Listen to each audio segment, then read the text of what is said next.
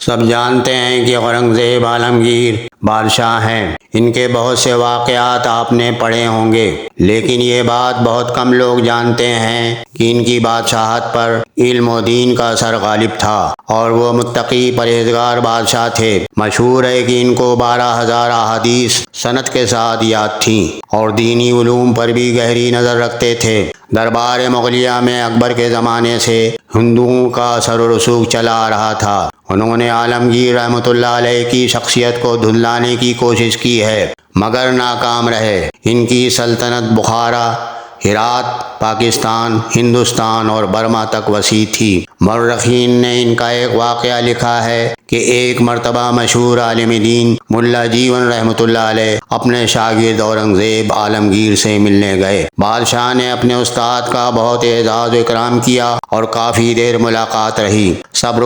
جب رخصت ہونے لگے تو عالمگیر رحمۃ اللہ علیہ نے اپنے استاد کو اہتمام کے ساتھ اپنے دور کا ایک سکہ دیا جو دونی کہلاتا تھا، جیسے چونی ہوتی ہے۔ ملا جیون اپنے شاگرد کی بہت سی خصوصیات سے واقف تھے، جانتے تھے کہ ہندوستان کا یہ بادشاہ اپنے استاد کو دونی جیسا معمولی سکہ نہیں دے سکتے، ضرور اس میں کوئی خاص بات ہے۔ ملا جیون رحمۃ اللہ علیہ نے اپنے گھر آ کر بیوی کو وہ سکہ دیا اور کہا کہ اس سکے میں کوئی خاص برکت معلوم ہوتی ہے، اس کو کسی تجارت میں لگا دو۔ بیوی نے اس سے انڈے منگوا کر مرغی بٹھا دی۔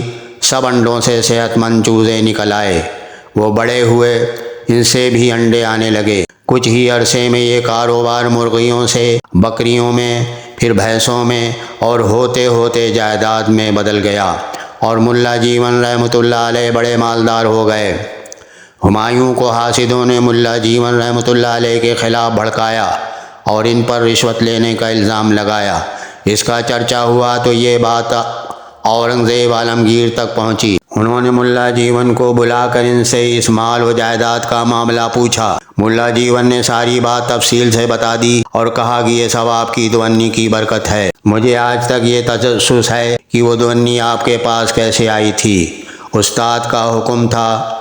عالمگیر رحمۃ اللہ علیہ رونے لگے اور کہا کہ آپ نے حکم دیا ہے تو اس دونی کا قصہ بتا دیتا ہوں۔ انہوں نے حکم دیا کہ فلاں مہاجن کو بلا لاؤ اور اس سے کہو کہ فلاں سال کا کھاتا لیتے آؤ۔ مہاجن جب حاضر ہوا تو بادشاہ نے اسے سوال کیا کہ فلاں تاریخ کو تم نے کسی شخص سے کوئی کام کرایا تھا؟ اگر کرایا تھا تو اس کو تم نے کیا اجرت دی تھی؟ مہاجن نے اس تاریخ کا سوا پڑھ کر بتایا کہ اس رات میرے گھر کی چھت ٹپک رہی تھی، میری بیوی نے کہا کسی مزدور سے چھت پر مٹی ڈلوا دو۔ میں گھر سے باہر نکلا تو دیکھا کہ ایک آدمی ایک گھر کے نیچے کھڑا ہوا ہے۔ رات کافی گزر چکی تھی۔ میں نے اس سے پوچھا کہ مزدوری کرو گے؟ کہنے لگا کہ کیا کام ہے؟ میں نے اس سے چھت کی مرمت کو کہا تو وہ راضی ہو گیا۔ اس نے باہر سے مٹی لا کر بڑی محنت سے چھت کی مرمت کر دی۔ پھر اس نے کہا کہ میری مزدوری دے دو۔ میں نے کہا کہ کل دن میں آ جانا تو تمہاری مزدوری دے دوں گا،